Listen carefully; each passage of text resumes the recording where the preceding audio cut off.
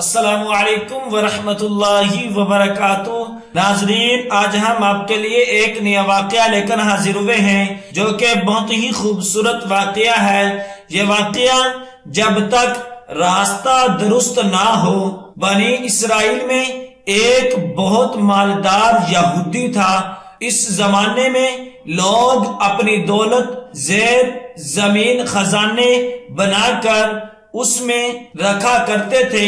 اس یہودی نے خزانے میں سونے چاندی کے انبار اور ڈھیر جمع کیے ہوتے تھے۔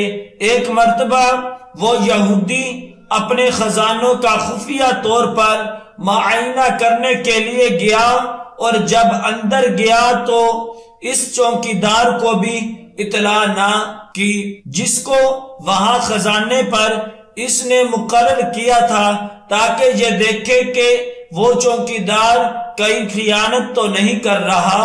اس خزانے کے دروازے کا سسٹم ایسا تھا کہ وہ اندر سے بند تو ہوتا تھا لیکن اندر سے کھل نہیں سکتا، صرف باہر سے کھل سکتا تھا۔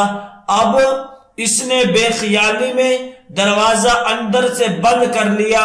اب کھولنے کا کوئی راستہ نہیں تھا۔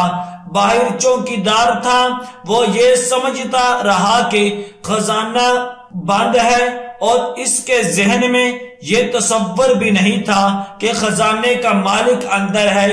اب یہ مالک اندر جا کر خزانے کی تفتیشیں کرتا رہا، اور جب دیکھ بھال کر تفتیش سے فارغ ہو کر واپس باہر نکلنا چاہا تو باہر نکلنے کا کوئی راستہ نہیں تھا۔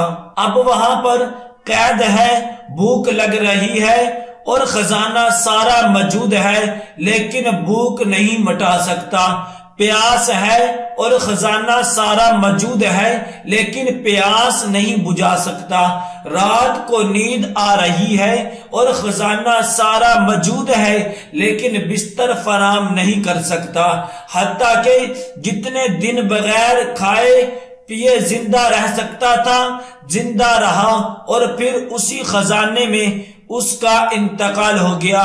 یہ روپیہ پیسہ اپنی ذات میں انسان کو نفع پہنچانے والی چیز نہیں ہے جب تک کہ نظام درست نہ ہو اور جب تک راستہ درست نہ ہو۔ دعا ہے کہ اللہ تبارک و تعالی ہم سب کو ان کلمات پر عمل کرنے کی توفیق عطا فرمائے۔ صدق اللہ العظیم۔